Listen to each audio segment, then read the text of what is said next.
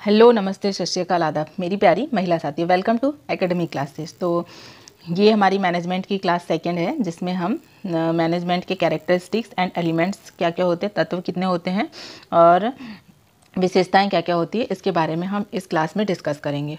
Okay, तो अगर आप इस चैनल पर नए हैं तो प्लीज़ वीडियो को लाइक कीजिएगा, चैनल को सब्सक्राइब कीजिएगा एंड कंटिन्यू बने रहिएगा अगर आपको वीडियो पसंद आता है तो। ओके, और जो भी डाउट्स होते हैं तो प्लीज़ कमेंट बॉक्स में कमेंट करिए, मैं आपको रिप्लाई ज़रूर दूंगी। तो एक और चीज़ मैं आप लोगों को बता दूं, मेरी इस चैनल में सीडीपी की क्लासेस भी चल रही है एंड प्रीवियस ईयर क्वेश्चन की सीरीज़ भी चल रही है, आप वो भी देख सकते हैं। एंड आने वाले टाइम में हम आपको और भी सभी सब्जेक्ट की क्लासेस प्रोवाइड कराएंगे, तो प्लीज़ स्टे ट्यून। तो स्टार्ट करते हैं, लेट्स स्टार्ट। अगर मैं बात करूं कि एलिमेंट्स कितने होते हैं, मैनेजमेंट के एलिमेंट कितने होते हैं, ठीक है। कल मैंने आप लोगों के लिए क्लास 1 अपलोड करा था, जिसमें मैंने आपको मैनेजमेंट क्या होता है एंड उसकी डेफिनेशंस बताया था कि उनकी डेफिनेशंस क्या क्या दी गई थी और मैनेजमेंट क्या होता है, कैसे हम मैनेज करते हैं। जैसे हम घर को, एक स्त्री जैसे अपने घर को मैनेज करती है, वैसे ही समाज को मैनेज करना है, उसे सोसाइटी को मैनेज करना है। वही सारी चीज़ें, मतलब सरकार के द्वारा जो योजनाएँ चल रही है वो लोगों तक कैसे पहुँचाएँ, कैसे उनको पहुँचाएँ, उनको उनका लाभ दिलाएँ, यही सारी चीज़ें क्या कहलाती है, मैनेजमेंट कहलाती है। लोगों से काम कराना या फिर किसी चीज़ की व्यवस्था करना ही क्या कहलाता है, मैनेजमेंट कहलाता है। कल मैंने आपको ये चीज़ बताया था। तो अब हम बात करते हैं एलिमेंट्स की। तो एलिमेंट जो है वो 3 टाइप के होते हैं, मतलब मैनेजमेंट में जो एलिमेंट है वो 3 टाइप्स के होते हैं। तो अगर फर्स्ट एलिमेंट की बात करूँ तो फर्स्ट एलिमेंट होता है प्रोसेस, प्रक्रिया। अब प्रक्रिया कैसी होती है, देखो, अगर कोई कार्यक्रम हो रहा है आपके घर में, शादी का कार्यक्रम है, तो आप क्या बनाएंगे, पहले योजना बनाएंगे, है ना। योजना बनाएंगे, आप प्लानिंग करेंगे कि नहीं, प्लानिंग। फिर क्या करेंगे, संगठन बनाएंगे, मतलब आप ऑर्गेनाइजेशन करेंगे, ऑर्गेनाइज करेंगे चीज़ों को। आपने प्लानिंग कर लिए, फिर उसको अच्छे से ऑर्गेनाइज करेंगे। फिर क्या करेंगे, थर्ड नंबर पे नियुक्तिकरण करेंगे। किसकी नियुक्तिकरण करेंगे, लोगों की नियुक्तिकरण करेंगे, है ना। मतलब कि अपने भाई, छोटे भाई को, बड़े भाई को, बहन को, मामा के लड़का, बुआ का लड़का, मामा की लड़की, बुआ की लड़की, चाचा, फूआ, बहुत सारे लोगों को चीज़ों में क्या करेंगे, उस ऑर्गेनाइजेशन में ऐड करेंगे, स्टाफिंग करेंगे। फिर फोर्थ चीज़ क्या करेंगे आप, फिर उन्हें निर्देशन देंगे कि नहीं देंगे, कि आपको खाना संभालना है, आपको डेकोरेशन संभालना है, आपको फूल वाले को देखना है, आपको बाजे वाले को देखना है, आपको कैटर्स को देखना है, आपको पानी वाले को देखना है। मतलब इस प्रकार से बहुत सारी चीज़ें होती है। शादी जब होती है तो कितनी सारी चीज़ें की ज़रूरत होती है और कितना सारा चीज़ देखना होता है ना, कितनी सारी चीज़ों को मैनेज करना होता है। निर्देशन देंगे, मतलब डायरेक्शन देंगे। उसके बाद में लास्ट में क्या करेंगे, आप नियंत्रण करेंगे, मतलब आप देखेंगे कि कौन कैसा काम कर रहा है, आप सब चीज़ों पर कंट्रोलिंग करेंगे, है ना। तो एक प्रोसेस के थ्रू ही कोई चीज़ हो रही है। तो मैनेजमेंट क्या होता है, मैनेजमेंट जो होता है, अपने कार्य को दूसरे लोगों से करवाना ही क्या कहलाता है, करवाने की जो कला होती है वही क्या कहलाती है, प्रबंधन कहलाती है, मैनेजमेंट कहलाती है। और उसमें उसके 3 तत्व होते हैं। पहला तत्व होता है प्रक्रिया, प्रोसेस। तो प्रोसेस की अगर मैं बात करूँ तो प्रोसेस को हमने 5 टाइप में डिवाइड किया है: योजना, संगठन, नियुक्तिकरण, निर्देशन एंड नियंत्रण। ओके, इसका अगर आप इसका स्क्रीनशॉट ले लीजिएगा। तो इसको हम शॉर्ट में क्या बोलते हैं, अगर इसमें शॉर्ट की मैं बात करूँ तो शॉर्ट में इसे POSDC, मतलब planning, organisation, staffing, direction and controlling, ये होती है क्या, प्रोसेस, किसी भी चीज़ को मैनेज करने की। तो समझ में आ गया आपको, फर्स्ट एलिमेंट जो प्रक्रिया होती है, प्रोसेस होती है, वो क्या होता है। अब हम बात करते हैं सेकेंड एलिमेंट की। अब आपने काम तो कर लिया, आपने सबको ऑर्गेनाइज भी कर दिया, स्टाफिंग भी कर लिया, डायरेक्शन भी दे दिया, सब चीज़ दे दिया, लेकिन सेकंड चीज़ आती है प्रभावकारिता, इफेक्टिवली। अब शादी है 10 दिन बाद, अब सब काम कर रहे हैं मज़े से, आराम से।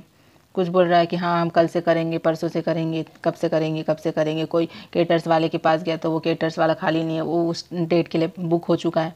तो अब वो बोल रहा है कि चलो अब बुक हो गया है तो रहने दीजिए, हम बाद में देख लेंगे, है ना। ऐसा होगा क्या, नहीं होगा। तो कार्य को समय पर पूरा करना, है ना, कोई भी कार्य है उसको एक टाइम ड्यूरेशन के पहले हमको पूरा करना ही क्या कहलाता है, इफेक्टिवली कहलाता है, प्रभावकारिता कहलाता है। अब वो कैटर वाला तो बिजी था, क्योंकि उसने ऑर्डर ले लिया है पहले से, तो वो उसका ऑर्डर तो कैंसिल नहीं कर सकता। अब 10 तारीख को आपकी शादी है, आपके घर में शादी है, और अब क्या करेंगे आप? अब कहीं ना कहीं से तो हमको कैटरिंग का अरेंजमेंट करना पड़ेगा। तो अब हम जाएंगे दूसरे कैटर्स के पास में जो खाली है, लेकिन वो पहले वाले कैटर से थोड़ा सा कॉस्टली है, महंगा है, तो हम उसको बुक करेंगे। क्यों बुक करेंगे? क्योंकि 10 तारीख की शादी की डेट तो निकल गई है, अब हम शादी का कैंसिल तो नहीं कर सकते ना, क्योंकि हमको कैटर्स वाला नहीं मिला करके। तो किसी भी कार्य को समय पर पूरा करना और लागत में उसका कोई प्रभाव नहीं होता है, मतलब कि जितना पैसा लग जाए, लेकिन टाइम पे वो चीज़ होना चाहिए। ये कहलाती है क्या? इफ़ेक्टिविटी, प्रभावकारिता। अब फिर बात करते हैं कुशलतापूर्वक कार्य की, है ना। थर्ड एलिमेंट होता है कुशलतापूर्वक, इफेक्टिवली, इफिशेंटली। इफिशेंटली में क्या होता है? कम से कम लागत में कार्य को पूरा करना। देखो, अब वो जो था कैटरिंग वाला, वो तो 2 लोगों के पास गया, दूसरा व्यक्ति जो उसे महंगा वाला मिला उसने बुकिंग कर लिया। लेकिन आप अगर सर्च करते अपने शहर में, अपनी सिटी में, या फिर कहीं और दूसरी सिटी में जाके सर्च करते, तो आपको अच्छे कॉस्ट में वो चीज़ें मिल जाती, मतलब कि एक अच्छा प्राइस वाला कैटर्स वाला मिल सकता था। लेकिन आपने उस चीज़ को देखा ही नहीं, ढूंढा ही नहीं। आपको अपना काम तोड़ना था, एक के यहाँ गए नहीं मिला, वो बुक था, दूसरे के यहाँ गए, महंगा हो सस्ता हो आपने कर लिया। लेकिन अगर हम इफ़िशिएंटली की बात करें, कुशलतापूर्वक अगर वो अच्छे से कार्य करता, तो क्या होता? उन्हें कम से कम लागत का कार्य करने वाला भी मिल जाता। तो ये थे 3 एलिमेंट मैनेजमेंट के, जिसमें पहला था प्रक्रिया, सेकंड था प्रभावकारिता, और थर्ड था कुशलतापूर्वक। मतलब कि 3 प्रकार से अगर कोई व्यक्ति अच्छे से वर्क करता है तो ये क्या कहलाता है? मैनेजमेंट के 3 एलिमेंट्स कहलाते हैं, तत्व कहलाते हैं। ये चीज़ किसी भी मैनेजमेंट में कोई भी आप जब कार्य करते हैं तो ये 3 चीज़ें उस चीज़ों में शामिल होना चाहिए, तभी आपका कार्य अच्छा कार्य कहलाता है। ठीक है, तो आपको समझ में आ गया होगा कि मैनेजमेंट के एलिमेंट्स कितने होते हैं और कैसा इनका प्रभाव पड़ता है। ओके, मैंने आपको बहुत अच्छे से ये चीज़ समझाया है, मतलब एकदम देसी लैंग्वेज में समझाया है कि कैसे मैनेजमेंट होता है, मैनेजमेंट के तत्व कौन कौन से होते हैं और इनका मीनिंग क्या होता है, इसका मतलब क्या होता है। ठीक है, अब हम बात करेंगे फीचर्स, कैरेक्टरिस्टिक्स ऑफ मैनेजमेंट, प्रबंधन की विशेषताएं। इसकी विशेषताएं क्या क्या होती है? मैनेजमेंट की विशेषताएं क्या क्या होती है? फर्स्ट विशेषता की अगर मैं बात करूँ तो लक्ष्य उन्मुख प्रक्रिया, गोल ओरिएंटेड प्रोसेस, है ना। इसमें क्या होता है? लोगों से कार्य करवाकर लक्ष्य प्राप्त किया जाता है। इसमें क्या होता है? कोई भी कार्य होने वाला है, उसके लिए हम क्या करते हैं? लोगों से कार्य करवाते हैं, जैसे कि हमने अभी कार्य करवाया था। सेकंड की मैं अगर बात करूँ तो सर्वव्यापक, ऑल परवेशिव हो कि सभी स्तर में, मतलब सभी स्तर की अगर हम बात करें तो इसमें सभी वर्ग के लोग आते हैं, उच्च, मध्य और निम्न, और सभी विभाग, मतलब कि विपणन, बिक्री, वित्तीय, सामाजिक, आर्थिक, धार्मिक, व्यवसाय आदि जो भी जिस भी प्रकार के लोग हैं, सब प्रकार के लोग इसमें आ जाते हैं। आगे बात करते हैं कि इसके अगर थर्ड कैरेक्टर की बात करें तो ये होता है बहुआयामी, मतलब कि मल्टी डायमेंशनल। कार्य का प्रबंधन जो है, मैनेजमेंट ऑफ वर्क है, इसमें 3 टाइप में डिवाइड किया है, बहुआयाम को 3 प्रकार में डिवाइड किया है। फर्स्ट होता है कार्य का प्रबंधन कैसे करना है, अपने वर्क को कैसे मैनेज करना होता है।